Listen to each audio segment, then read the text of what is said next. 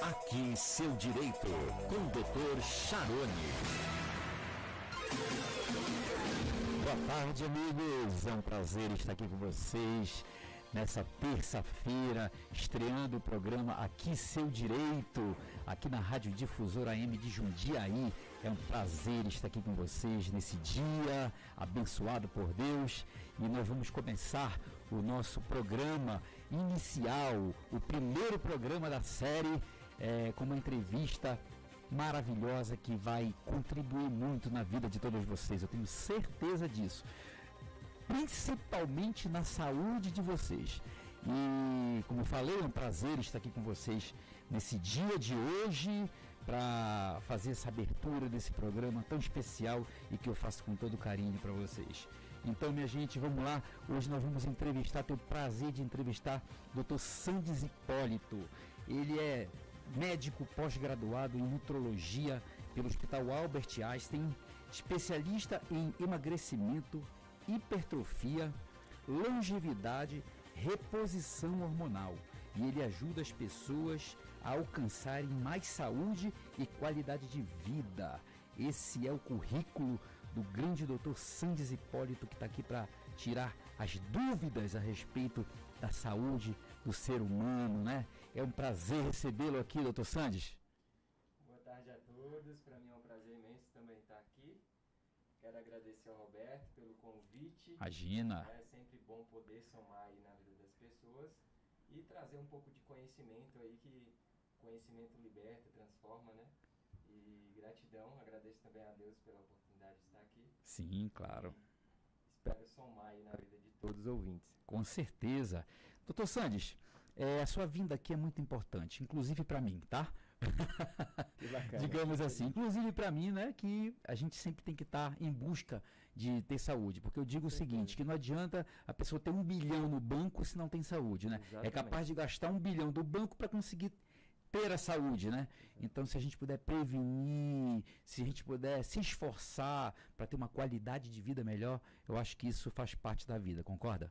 Concordo plenamente, assim, a prevenção em si é o modo mais inteligente de cuidar da saúde, né?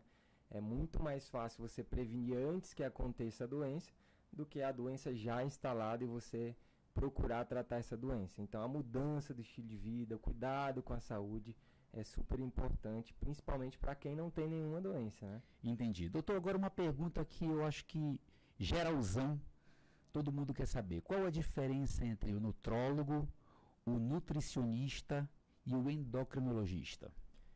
Então, o nutrólogo é um médico, né, especializado na área da nutrologia, que avalia a parte bioquímica do paciente, deficiências de vitaminas, algumas alterações que dá para ser corrigida através de suplementação, através de uma alimentação adequada. A nutricionista, ela é uma profissional que monta um cardápio ali conforme a necessidade do paciente. Se é emagrecimento, ele monta uma dieta para o emagrecimento. Se é hipertrofia, aumenta uma dieta focada na hipertrofia. E já o endocrinologista, ele é um médico especializado para a parte hormonal do nosso organismo, né? Todos os hormônios. Então, o endocrinologista é mais da parte hormonal, que aí envolve também, acaba pegando um pouquinho da área da nutrologia, porque também trata obesidade, que nem a gente trata. Então, a nutrologia e a endocrinologia tem uma relação ali parcial, uma com a outra, e junto também o nutricionista, né? Eu sempre indico na minha consulta uma avaliação também com a nutricionista para prescrever uma dieta baseada no nosso plano de ação ali, o que a gente deseja. Entendi. E me diga uma coisa, o nutrólogo, ele pincela o nutricionismo, e a nutrição e também a questão como foi que eu falei? Do endócrino, ele dá uma pincelada, pouquinho, passa uma dieta, vai lá no seu consultório, já sai com uma dietinha, alguma coisa assim? Não. Ou sempre tem um encaminhamento? Na minha consulta, aqui em Jundiaí, já está incluso a nutricionista.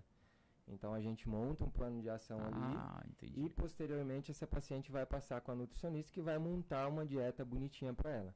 Se for um paciente que tem alguma alteração hormonal, que eu veja a necessidade de passar com um endocrinologista, é algo mais complexo, algo um pouco mais complicado, também a gente tem esse encaminhamento. Mas a parte hormonal, principalmente a área sexual, a gente trabalha com reposição. Então, assim, quando é algo que realmente tem que ser um especialista em si, a gente encaminha para endocrinologia. Compreendo. E doutor, eu lhe pergunto, qual a melhor dieta para emagrecer? Existe? Na realidade, não existe a melhor dieta para emagrecer, né? Tem várias dietas, mas o principal para o emagrecimento é a mudança do estilo de vida, tá? Então, assim, tem uma dieta específica para o emagrecimento para cada paciente, porque a dieta é muito individualizada, porque ela varia muito do peso desse paciente, estatura desse paciente, gasto calórico desse paciente. Então, assim, não dá para eu falar, segue essa dieta aqui e todo mundo vai emagrecer. Então, assim, é uma questão muito individualizada. Não dá para eu generalizar, faz essa dieta aqui que todo mundo vai emagrecer. Entendi. Existe algum método que seja duradouro, doutor, para que a pessoa possa manter o seu corpo esbelto, num peso ideal? Existe algo que seja duradouro? Porque eu vejo que muita gente fica naquele efeito sanfona. Uma hora tá gordo, uma hora tá magro, uma hora emagrece para um casamento, ou então para um outro evento, daqui a pouco já engorda de novo e fica aquele efeito sanfona. Existe algo duradouro realmente que a pessoa possa colocar em prática? Existe sim, aí engloba a mudança do estilo de vida, né? Uma alimentação saudável, prática de atividade física, uma boa higiene do sono, né? Esse paciente dorme bem, esse paciente consegue direcionar suas emoções, né? Em meio ao estresse. Então, assim, é algo sustentável. Se você seguir todos esses passos, com toda certeza você vai ter um baixo peso. Agora, qual que é o problema da grande maioria das pessoas? Ela segue ali uma restrição alimentar, começa a fazer atividade física e do nada abandona tudo e com toda certeza vai ter um reganho de peso. Então, assim, se não tiver a mudança do estilo de vida, adaptar uma rotina saudável, com alimentação saudável, prática de atividade física, bom descanso, gerenciamento do estresse do dia a dia, dificilmente esse paciente vai ter um reganho de peso. Entendi. E aquela pergunta que não quer calar, dá para afinar sem cortar o carboidrato? Dá para afinar sem cortar o carboidrato. O que envolve o emagrecimento em si? Restrição calórica, né? O que acontece quando a gente reduz o carboidrato? O carboidrato, ele é fácil de você ultrapassar a meta calórica diária, né? Então, se você exagerar um pouquinho ali, tanto o carboidrato quanto a gordura, você ultrapassa a quantidade de calorias que nós queremos ingerir durante o dia. Então, assim, por isso que muitas vezes dietas que restringem totalmente o carboidrato e gorduras, fica mais fácil do paciente emagrecer. Mas o carboidrato, lembrando, ele é a principal fonte de energia do nosso organismo. Então, se a gente restringe demais esse carboidrato, esse paciente ele entra numa redução do metabolismo, porque o corpo é inteligente, né? Ele entende que você está restringindo demais, então ele reduz o gasto calórico diário. Então, numa próxima vez que esse paciente entrar numa dieta mais restritiva, ele vai ter uma dificuldade muito maior de ter a perda de peso do que ele teve na primeira vez. Entendi. Então, assim, uma dieta tão restritiva, eu jamais recomendo. Tem que ter uma dose de carboidrato ali para dar uma balanceada. Na realidade, a gente coloca carboidrato e proteínas, né, que é essenciais, frutas, verduras, legumes.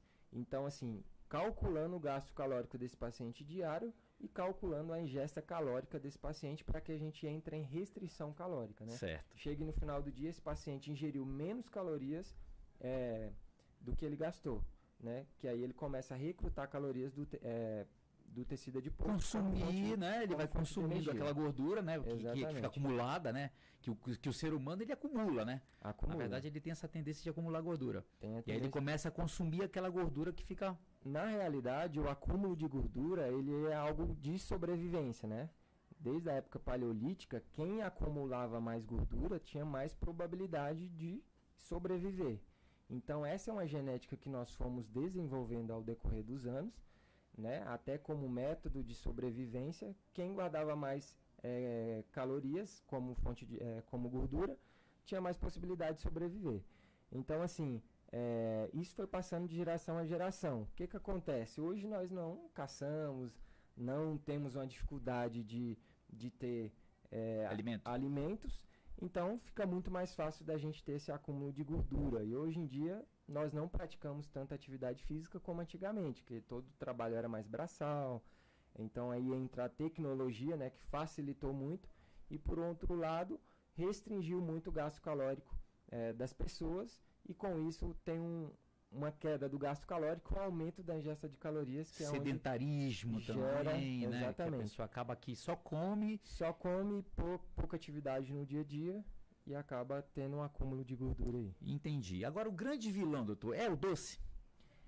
Na realidade, o grande vilão é o doce, é o carboidrato, que se transforma em açúcar, né? Que se transforma em açúcar, né? As pessoas acham que é só o doce que transforma em açúcar no nosso sangue. Na realidade não é, né? O carboidrato também se transforma em açúcar, e posteriormente esse açúcar não utilizado ele vai transformar em gordura e vai acumular no nosso tecido adiposo, né? Existe um horário que seria mais adequado para a pessoa consumir, por exemplo, um pedaço de pudim de leite? Tipo assim, no meio da tarde, ou então logo depois do almoço. Qual seria o horário que a pessoa que quer consumir aquele docinho seria o melhor? Então, a gente sempre recomenda uma quantidade de doce reduzida, mas o melhor horário é após você ter uma ingesta de alimentos de alta complexidade, por exemplo, proteínas, saladas, ter uma ingesta maior de fibras, que nós vamos ter uma redução na absorção desse doce, e vai demorar um tempo maior da absorção desse doce. Então, ou seja, é sobremesa, doutor? Exatamente. Só que qual que é o grande problema? A pessoa come muito no almoço e come muita sobremesa. Então, assim, vai dar um volume de calorias muito grande, que aí é onde há o acúmulo de gordura, né? Tá. Me diga uma coisa, existe realmente o chocolatra? Existe aquela pessoa que realmente precisa consumir? É um vício o chocolate? Existe isso ou é mito? Não, realmente existe, né? Algo disfuncional e que acaba prejudicando muito, né? Tem gente que às vezes não almoça e come o chocolate em vez do almoço, ou substitui ele por alguma refeição, ou quando está mais estressado, mais irritado, acaba exagerando no consumo desse chocolate, né? Então, entendi. Existe realmente pessoas viciadas no chocolate. Entendi. Agora, aquela pergunta também que a gente sempre fica na dúvida. O macarrão integral, o arroz integral, isso realmente vale a pena ante o refinado? Ele vale a pena pelo fato que ele é um pouco mais complexo a digestão, né? Ela demora um tempo mais. Toda vez que a gente demora um pouco mais a digerir qualquer tipo de alimento, a gente evita aquele pico glicêmico, né, que a gente fala. Mas lembrando que todos esses são carboidratos, né? Então, tanto o integral quanto o refinado, ele tem praticamente a mesma quantidade de carboidrato, que vai, se você exagerar no consumo, vai influenciar no aumento de gordura, né? Entendi. Então, às vezes as pessoas colocam um volume grande de integral achando que vai emagrecer e não vai, né? É um volume grande. Enche o prato de arroz integral, de macarrão integral e não tem... Tá. O integral, ele contém fibras? Contém fibras. Então ele se torna menos pior então que o refinado? Exatamente, menos pior. Esse posicionamento é bem interessante. E o brasileiro em si, em qualquer região do nosso grande país, ele é apaixonado pelo pãozinho. Não tem jeito, pãozinho na chapa não tem igual, né? Então, qual refeição o pão talvez entrasse para que a gente tivesse menos ganho de peso? Então, todo carboidrato, quando ele é ingerido com alguma proteína, ele é bem melhor do que ingerido sozinho ou com algum tipo de gordura. Por exemplo, pão com manteiga é uma péssima associação. Mas um pão com ovo, por exemplo, um pão com frango desfiado, um pão com algum tipo de carne, interessante é isso. muito bom. Por quê? O pão ele é uma farinha refinada, né? Okay. Então, quando esse pão chega no estômago, ele é muito fácil digerido. 40 minutinhos ali, ele já está na sua corrente sanguínea em forma de açúcar. Quando nós associamos... Nossa, pouco tempo, hein? Pouco tempo, porque é muito fácil de digerir. Sim. Então, quando nós associamos alguma proteína junto com esse pão, como vira ali um bolo alimentar, né? A gente vai ter aí, em média, umas 2 a 3 horas para digerir totalmente esse pão junto com essa proteína. Junto com a proteína. Então, a gente vai digerindo aos pouquinhos e não dá aquele pico de glicose no nosso sangue. Ele mantém um platô mais baixo, então ele reduz o índice glicêmico desse pão. Então, ali, se a gente associar ainda alguma fruta ali no café da manhã com esse pão, entendi. Colocar alguma saladinha, melhor ainda. É uma associação excelente. Ah, entendi. Agora, acontece uma situação inusitada que eu não consigo explicar, mas o doutor vai poder tirar essa dúvida. Porque quando a gente começa a dieta, o ponteiro da balança ele é rápido. Rápido você perde peso. E depois é aquela lentidão. O que acontece, doutor? Qual é o mistério de quando você começa a dieta, perde logo 3 quilos valendo? Aí logo depois já não consegue mais, estagnou ali. O que acontece? Então, é assim, no início a gente perde muito líquido, né? A grande maioria das pessoas, ela tá com muita retenção de líquido. Então, quando você melhora a dieta, reduz ali o volume alimentar, você reduz também a inflamação, né, desse organismo. Então, esse paciente ele para de reter tanto líquido e acaba eliminando aí a grande quantidade de líquido, que na realidade não é músculo, não é gordura, e acaba tendo uma diferença exponencial na balança no início e depois dificulta um pouquinho, porque realmente então a gordurinha... então ali no começo é a perda de líquido, né? A pessoa elimina o líquido e aí vai... Aí perde logo aqueles 3 quilos iniciais. Exatamente. Compreendido, doutor. É bom investir em produtos light, diet, fit? Vale a pena ou não vale? É mito ou não é? Eu não indico muito, porque a maioria desses produtos tem grande quantidade de ativos químicos, né?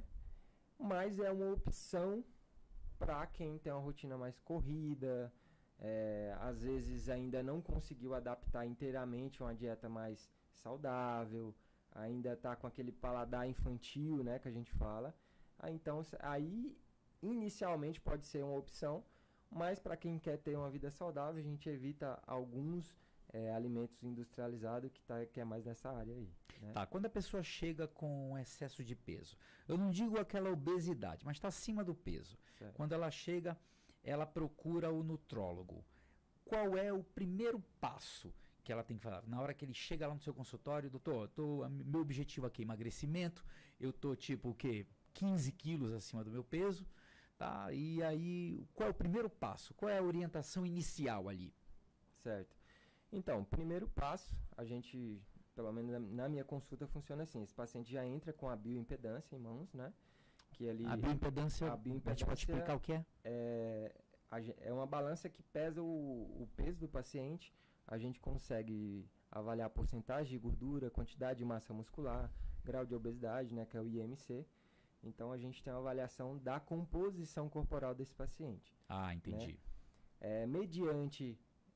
esse paciente ingressa no nosso consultório, a gente avalia a rotina desse paciente, a rotina alimentar, analisa a qualidade do sono, se ele já tem uma doença pré-existente ou não, ou uma patologia já instalada.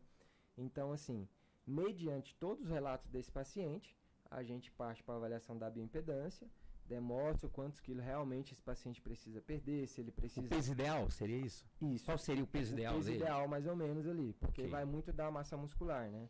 Quanto mais músculo tiver, melhor. Então, o peso ideal ele é um pouco variável ali, né?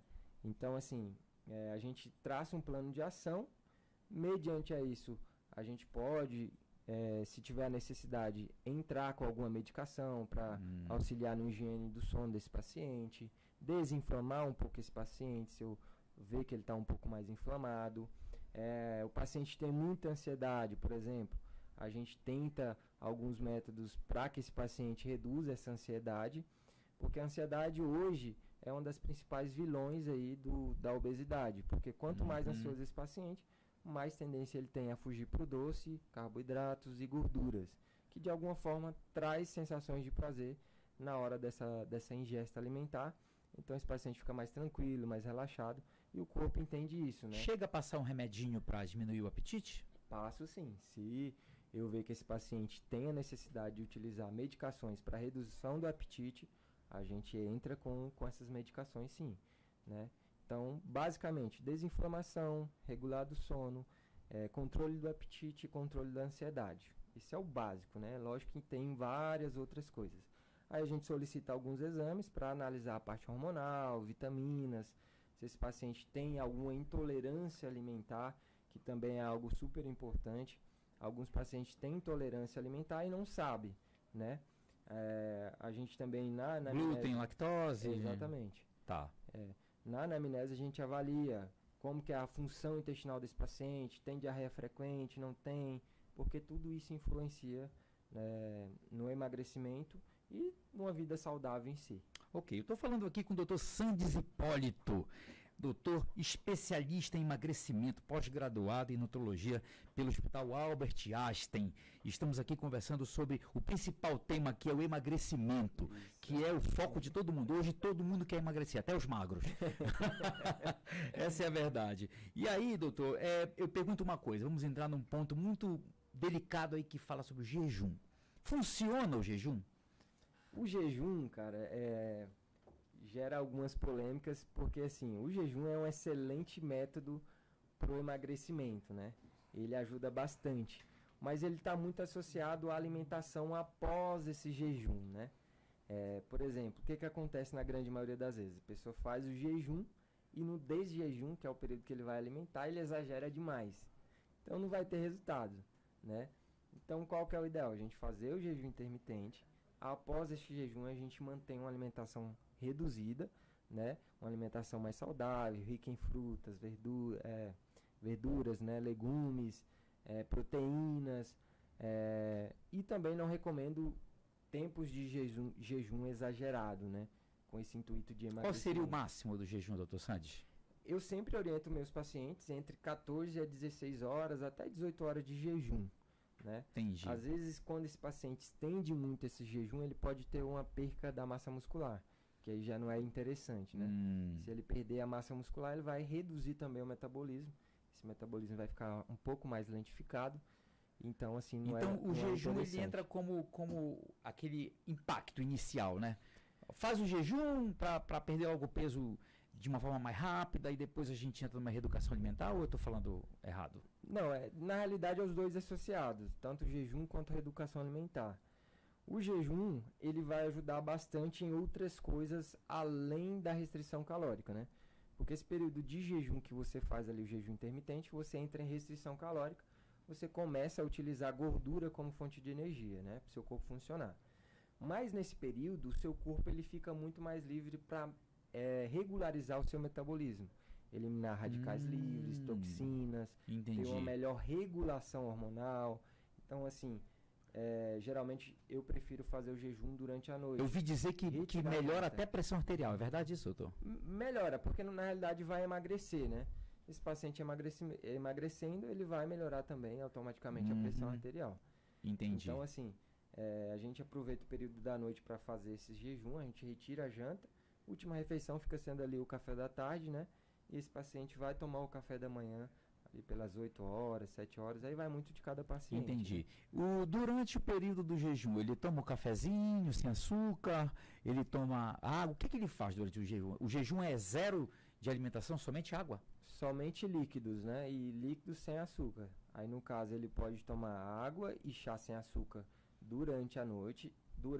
Quando esse paciente acordar, se ele quiser tomar um cafezinho sem açúcar, não quebra o jejum, ele pode tomar, mas não recomendo tomar o café à noite, porque influencia na qualidade do sono entendi. E acaba atrapalhando. Agora, se no outro dia ele quer estender um pouquinho mais o jejum, acordou ali às 6, quer parar com o jejum às 9, por exemplo, tomou o cafezinho ali sem açúcar, não vai quebrar esse jejum. Entendi. Vai ter um melhor Doutor Santos, a minha mãe, ela sempre diz assim, é muito bom tomar o suco detox.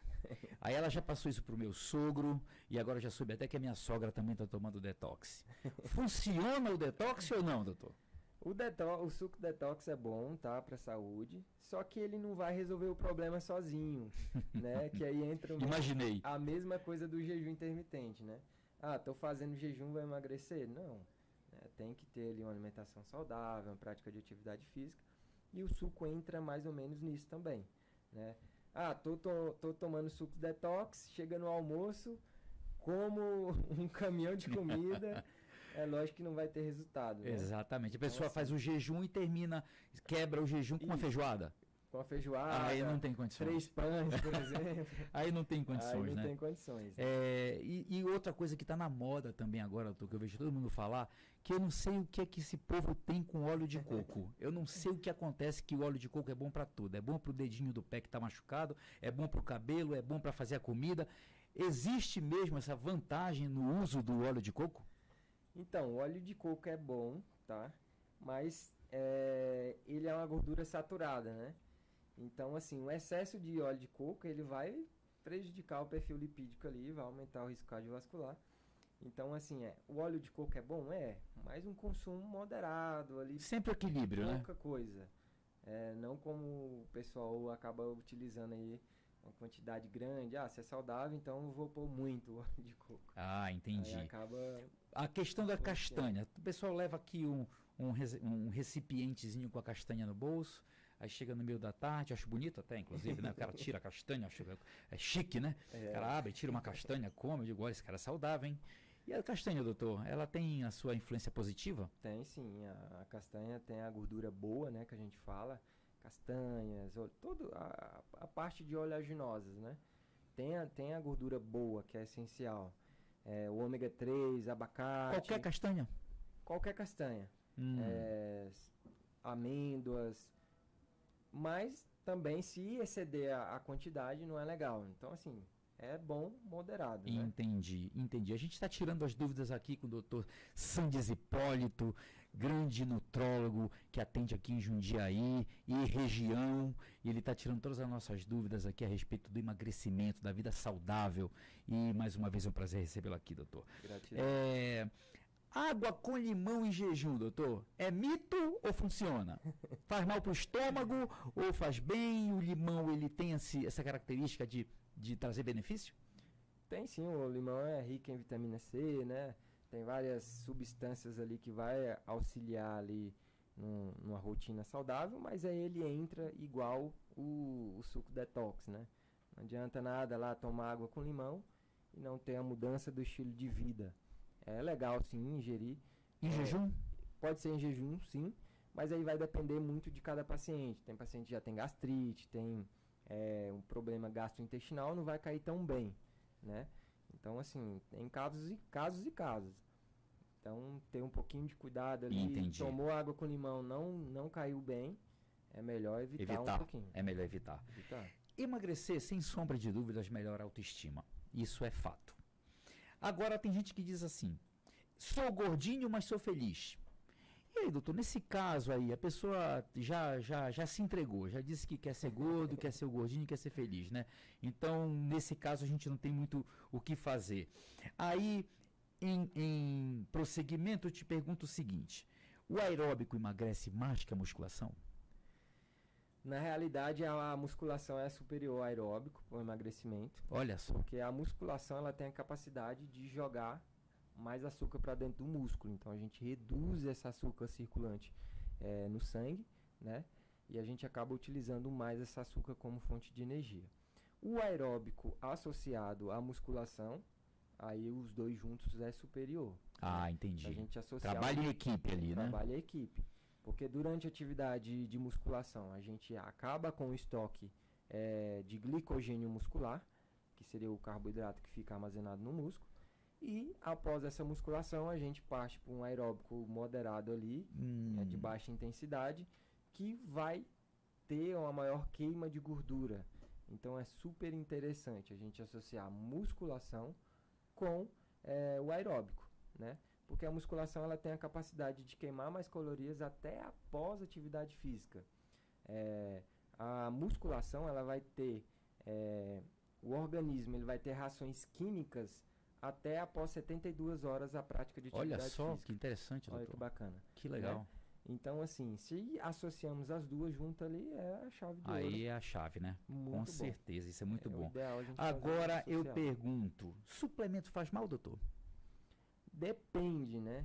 Aí depende muito de marcas, porque assim, hoje em dia a gente tem várias marcas de suplementação. Aí entra também a necessidade. Esse paciente precisa suplementar ou não precisa suplementar? Aquele que está fazendo um trabalho de hipertrofia. Isso. Aí o que entra? O que é suplemento? Suplementar. Suplementar o quê? O que está faltando. Esse paciente consegue ter um aporte proteico ali ideal para bater a meta proteica diária, para ter uma hipertrofia ou não? Vamos falar uma linguagem assim, ele se alimenta bem de proteína, é isso, doutor? Exatamente. Porque assim, para hipertrofia a gente tem que ter proteínas em pelo menos 4 refeições do dia, né? Ok. Na quantidade certa para cada paciente. Entendi. Esse paciente tem uma rotina corrida, às vezes não consegue ter essas 4 Aí ele vai para o refeições. suplemento. Aí ele parte para o suplemento, que é muito mais rápido e prático de utilizar, né? Entendi. Esse suplemento, ele pode causar algum efeito colateral, tipo assim, provocar o surgimento de cálculo renal, algo nesse sentido? Ou o suplemento com a pessoa que não tem tempo de ingerir a quantidade de proteína ideal, ela consegue usar o suplemento sem causar nenhum problema, nenhum dano à saúde, sem ter nenhum efeito colateral? Então, aí depende muito, né? Porque o que acontece? Às vezes a pessoa não está acompanhando com o profissional, acaba exagerando na quantidade de suplementação, e esse suplemento, em vez de ser a salvação, ele se torna o vilão ali desse paciente. Então, assim, o que eu indico? Sempre suplementar a associação junto com o profissional, que vai te orientar, vai determinar a quantidade correta que você deve suplementar, quais tipos de suplemento você pode utilizar, para que não aconteça isso. Em vez de você ter os benefícios, você passa a ter os malefícios desse suplemento. Entendi. Há 1 mês e meio, mais ou menos atrás, o pastor Thiago Brunet, antes do treino, ele tomou um pré-treino. Certo. E depois que ele tomou esse pré-treino, que ele entrou na academia, ele começou a passar muito mal. O coração dele começou a ter palpitação, não sei se é esse nome, arritmia, não sei o que foi. Sim. Disparou o coração dele, chegou ao ponto de ele ser internado e os médicos chegaram ao ponto de achar que ele precisava passar por um procedimento cirúrgico. Então, o pré-treino, doutor, que você tem a me falar a respeito disso, dos termogênicos, do pré-treino, isso funciona ou não, ou só causa dor de cabeça? Não, os pré-treinos são muito bons quando bem indicado, né? Ele vai melhorar a performance desse paciente, ele vai melhorar, como se diz, uma melhor execução ali durante o treino. Só que, mais uma vez, tem que ser indicado por um profissional, porque a grande maioria desse suplemento depende muito, por exemplo, pacientes que não têm contato com a cafeína. Tem suplementos que têm 420 miligramas, por exemplo, de cafeína. Então, esse paciente, em primeiro contato ali, ele pode sentir um mal-estar, uma palpitação no coração, vai gerar um mal-estar, uma ansiedade ali. Acelera o coração. Acelera realmente. Então, assim, vai muito de casos e casos. Entendi. Então, assim, se for, por exemplo, um paciente que é esportista de alta performance, 420 miligramas de cafeína, para ele, não vai ter nenhum problema. Agora, um paciente ali que vai praticar uma atividade física de leve a moderada, não faz sentido nenhum utilizar uma dose tão alta de cafeína, por exemplo, arginina, betalanina, que tem várias substâncias aí que podemos utilizar ali no pré-treino, pós-treino, que vai auxiliar aí uma melhor performance desse paciente. Entendi. Lendo alguns artigos, eu cheguei a ver uma situação muito interessante, que diz que a perda de gordura no emagrecimento é liberada pelos pulmões. Nossa, eu nunca imaginei isso. É verdade, doutor? É verdade. O que acontece? A gordura, ela se transforma em energia, né? O corpo utiliza ela como energia. Então, uma parte vai como dióxido de carbono e outra parte se transforma em água, que vai ser eliminada pela urina. Então, a água vai eliminada pela urina, o dióxido de carbono através da respiração. Nossa, impressionante isso. Eu nunca imaginei que eu fosse ficar magro liberando, respirando. Eu não imaginei isso. Quando eu li, eu fiquei meio assim, né? E digo assim, e mastigar várias vezes, doutor? Melhora a digestão, com certeza que sim, mas funciona bem para emagrecer? A pessoa que mastiga várias vezes? É assim, quando esse paciente ele tem uma mastigação mais demorada, o cérebro, ele demora um pouquinho, às vezes, captar que você está cheio, por exemplo. Então, se eu tenho uma refeição mais lentificada, o meu cérebro, quando eu sentir realmente cheio, ele vai sinalizar, o meu estômago vai sinalizar ao cérebro que já está suficiente a alimentação. Então, se esse paciente come mais lento, mais devagar, ele vai conseguir reduzir aí um volume de alimentos que vai favorecer aí no processo de emagrecimento, sem falar que a mastigação ela auxilia na digestão desse paciente, então ele vai ter menos irritação intestinal, menos inflamação, vai melhorar o trânsito intestinal, né? Lógico que envolve também a ingesta de fibras, quantidade de água ingerida durante o dia. Então, na verdade, o certo é a pessoa colocar, servir o prato e comer lentamente, mastigar bastante, já para começar a digestão pela boca ali, exatamente. Né? O que acontece na grande maioria das vezes? A pessoa não tem uma relação com a comida, né? Ela não sabe o volume que ela comeu. Por exemplo, come assistindo televisão. Às vezes ela encheu o prato ali, está assistindo a TV, quando ela já acabou o que ela colocou e parece que ela nem comeu, por exemplo. Às vezes vai lá, coloca mais um pouquinho. Então, assim, no momento... Perde o controle, né? Perde o controle. No momento da alimentação, você tem que se conectar ali com o que você está fazendo, né? Escolher bem essa alimentação. O prato francês, doutor, que o prato já vem pronto ali. Em vez de colocar o recipiente na mesa, você vai, prepara teu prato e ali. Acabou, acabou. Não tem que ficar servindo toda hora. Eu acho que também é uma forma de a pessoa controlar um pouco o que vai comer, né? Exatamente. Essa questão de colocar comida na mesa, você acaba sempre comendo um pouquinho mais. Sempre come mais um pouquinho, pega dali, pega daqui. E a espiritualidade, doutor, ela é positiva para o bem-estar das pessoas? Com certeza, tem vários estudos aí que comprovam que a espiritualidade ela é um excelente aliado aí para uma vida saudável, uma vida longeva. Tem um estudo muito legal que teve de pacientes internados com prognóstico ruim. Entendi. Por exemplo, prognóstico de morte. E esse estudo revelou que pacientes que tinham uma fé em alguma espiritualidade, em algum Deus, eles tinham 30% menor chance de morte do que os pacientes que não tinham essa perspectiva de um Deus, não acreditavam em nada. Então, assim, eu sou evangélico, né? Creio muito em Deus. Glória a Deus por isso. Então, assim, com toda certeza, aqueles que creem em Deus, que acreditam em Deus, automaticamente eles já têm ali uma possibilidade maior de sobrevivência do que pacientes que não têm essa crença aí em algum Deus. Sem falar tem que cuidar do tempo, né? E a rotina também, né? Toda vez que você tira um tempo para conectar com Deus, tem estudos que comprovam que você libera hormônios durante esse processo. Olha só. Hormônios que te deixam menos estressados, mais feliz, mais alegre, mais passivo. Então é essencial essa prática religiosa diária, tá? De pelo menos ali 10, 15 minutinhos diário, que tem essa prática que com certeza vai se tornar o teu dia mais leve, mais tranquilo, mais calmo, com toda certeza. Eu conversei aqui com o Dr. Sandes Hipólito, pós-graduado no Hospital Albert Einstein, em nutrologia, atende aqui em Jundiaí. Como é que as pessoas fazem para marcar uma consulta com o Dr. Sandes? Então, pode ser via Instagram, né? Sempre deixo lá o link, fica até mais fácil. Tem telefone de contato? Tem, só que eu não salvei aqui agora, tá? O telefone da secretária não está aqui comigo. Tá. Mas eu posso disponibilizar depois. Certo. Mas eu atendo tem aqui. E-mail, ou então como é que tá no seu Instagram? Tá Dr.Sandes Hipólito. Dr.Sandes Hipólito, com H. Com H.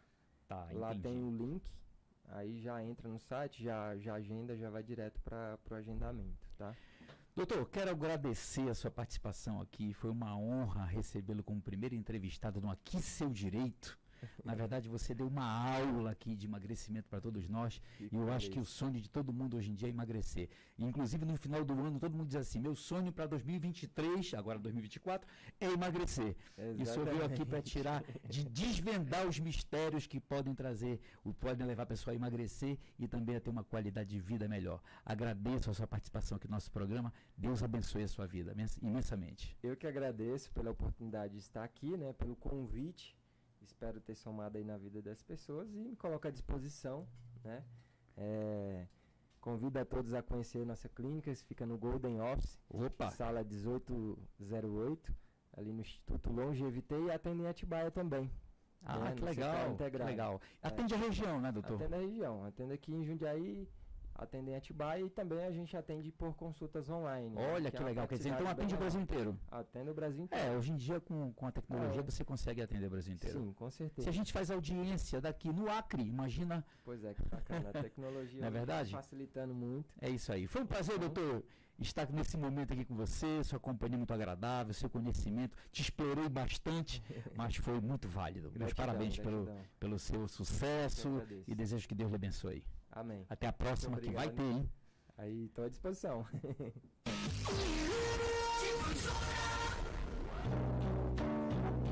Toda sexta, às 8 da noite, o rei Roberto Carlos canta pra você na Difusora. Não adianta nem tentar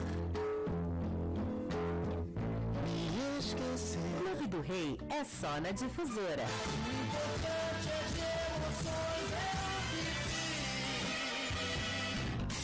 Fique bem informado. Acesse jj.com.br. Política, economia, polícia, esportes, cultura. Jundiaí região. Quer saber tudo isso e muito mais? Portal JJ. www.jj.com.br. O endereço da informação. O esporte em destaque. As informações do seu time do coração você confere aqui. De segunda a sexta, no Batendo Bola, às 11h15 da manhã. E no final de tarde, no Show de Bola, às 18 horas. Baixe o aplicativo Radiosnet na Play Store e ouça a Difusora no seu celular. Difusora, sempre com você.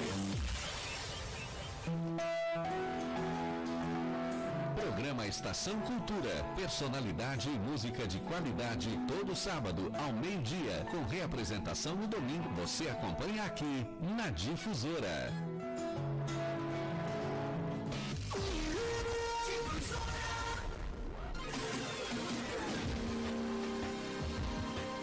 E estamos de volta aqui no programa que está estreando hoje, graças a Deus, que chama Aqui Seu Direito. E a gente vai fazer um comentário agora aqui sobre a misoginia, que na verdade é a intolerância às mulheres, que está em pauta hoje. Tem projeto de lei aí para colocar a misoginia como crime, e crime de prisão, inclusive crime de multa também. Então esse projeto de lei está tramitando na Câmara e a gente veio falar aqui a respeito desse assunto, que é interessantíssimo, considerando que amanhã é um dia especial, que é o dia 8 de março, que é o Dia da Mulher. Mas é sempre bom a gente tratar desses assuntos, porque coloca em evidência o que o nosso país está atravessando hoje no que diz respeito à sociedade brasileira, no que diz respeito à fragilidade das mulheres diante dos crimes às quais vêm sendo vitimadas, né? Então, mesmo que você faça, mesmo qualquer indicador de avaliação que você tenha, você sabe que as mulheres, elas sempre estão em minoria, em desvantagem. Essa é a verdade, entendeu? Sobretudo no mercado de trabalho.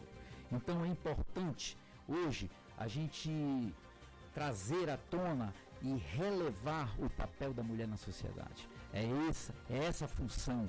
E também ir de encontro àqueles criminosos que praticam crimes contra as mulheres de uma forma radical, de uma forma completamente sem escrúpulos. Então é isso que a gente veio tratar aqui também a respeito no programa Aqui Seu Direito. As distorções absurdas são escancaradas no comércio, na indústria, no que diz respeito à oferta de empregos. Hoje, se a gente for ver, a maioria dos empregos e dos CEOs das grandes empresas são ocupadas por homens. Então isso também tem que ser colocado em prática, por mais que tem que ser combatido. E hoje, por mais que as pessoas, que as mulheres estudem e se tornem competentes, especialistas, pós-graduadas e mestres em suas determinadas áreas, mesmo assim elas são excluídas na maioria das vezes, e sempre a gente vê em postos altíssimos homens brancos. Essa é a verdade. entendeu? Basta ver a composição do quadro de pessoal das empresas que você vai ver o percentual de homens e o percentual de mulheres. E é verdade que nos últimos anos as próprias mulheres agora fazem valer os seus direitos. Elas foram para a luta, foram para a guerra, foram para cima, para se impor e ter o seu papel diante da sociedade. Não é possível que, por exemplo, na Academia Brasileira de Letras, que tem 107 anos, 579 membros, apenas 115 são mulheres. Então a gente vê aí a desproporção do público feminino, das mulheres em locais, em instituições dessa natureza, como a Academia Brasileira de Letras. E no judiciário não é diferente, gente. Não é diferente. O quadro não é diferente. É basicamente a mesma coisa. Inclusive foi feita uma pesquisa pelo AJUF, que é a Associação dos Juízes Federais do Brasil, com a parceria com a Universidade de Oxford, no Reino Unido, que aponta que a participação feminina nos tribunais do Brasil apresenta taxas de 26%. Perdão, 26% mundial e no Brasil 11%. Ou seja, as mulheres continuam em minoria. Você vê que no próprio Poder Judiciário a maioria dos funcionários e dos juízes são homens. Então, isso também tem que ser colocado aqui. Por exemplo, no Supremo Tribunal Federal, teve apenas 3 mulheres e 3 negros como ministros. Mas, na verdade, nunca teve uma mulher negra como membro, como ministro do STF. Então, isso também é uma situação que tem que ser colocada para toda a sociedade, porque a mulher ela é merecedora de todo o cuidado da sociedade, de você apostar na competência das mulheres para que elas possam desenvolver as suas atividades profissionais. Porque a mulher, a gente só pensa na mulher dona de casa. Isso já passou, gente. Isso é coisa do passado, do século passado. Hoje em dia a mulher, ela está em paridade, ela está em situação de igualdade ali com o homem no que diz respeito à competência. Isso eu não tenho dúvida. E muitas vezes ela se sobressai aos homens. Então nós precisamos pensar que realmente as mulheres têm o seu papel relevante dentro do mercado de trabalho. E esse estudo também revelou que, por exemplo, a representatividade feminina no judiciário de 38,8 está muito abaixo da proporção de mulheres na população do país, que é 51,6. Ou seja, 51,6% da população brasileira é composta por mulheres. E apenas 38,8% no Poder Judiciário é composto por mulheres. Então isso também, existe essa desproporção aí que precisa ser regulada dentro da política, dentro das grandes empresas, dentro dos setores, das instituições. A gente precisa sempre valorizar o papel da mulher e essa é a verdade, entendeu? Então, quando você tira as mulheres do judiciário, quando você tira os negros do judiciário, que também é uma parte da população que é muito atingida no que diz respeito a oportunidades de emprego e uma série de outras coisas, na verdade você está fazendo com que os juízes que lá se encontrem, eles fiquem em uma espécie de bolha, porque eles acabam deflagrando sentenças desfavoráveis a pobres e negros. Então, na verdade, quando você coloca todo tipo, a miscigenação brasileira no Poder Judiciário, você tem sentenças melhores, você tem resultados melhores, efetivamente melhores para a sociedade. Então isso é importantíssimo. Eu estou falando do judiciário, eu estou falando de grandes empresas, eu estou falando de conglomerados industriais, econômicos, bancos, e isso é um fato relevante, que hoje, infelizmente, a maioria dos cargos são ocupados por homens e, na verdade, a gente sabe da competência da mulher. Isso não deixa dúvida nenhuma e nós estamos aqui para combater e para incentivar que as mulheres possam ter o seu papel dentro da sociedade pareado com o papel do homem. Não só as mulheres, mas também os negros. E hoje as mulheres ainda estão sendo vitimadas vitimadas por crimes, o feminicídio que agora virou praga. Essa é a verdade, virou praga. Agora ex-companheiros, companheiros atuais, as pessoas acham que a mulher, na verdade, é um objeto que pertence a eles, ou seja, faz parte do machismo. E acaba que o criminoso acha que a mulher pertence a ele e acaba cometendo feminicídio. E acaba cometendo agressão, a violência doméstica. Eu que sou advogado, que atuo na área de família também, que atuo também na área da violência doméstica, estou acostumado a ver isso. Acostumado a ver agressões dentro de casa. Não só agressões físicas, mas também agressões psicológicas, pressão psicológica. Então, isso também deve ser combatido.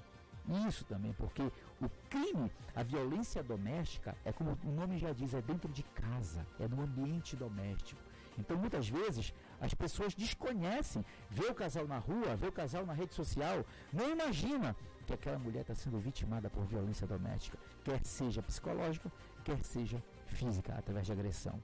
E isso faz mal para a família, faz mal para a própria mulher, logicamente, e principalmente para os filhos, que ficam à mercê, vendo toda aquela situação se desenrolar dentro do seu próprio lar. Ou seja, é uma situação lastimável e lamentável. Amanhã é um dia especial, como eu falei no começo. Amanhã é o dia 8 de março, Dia Internacional da Mulher.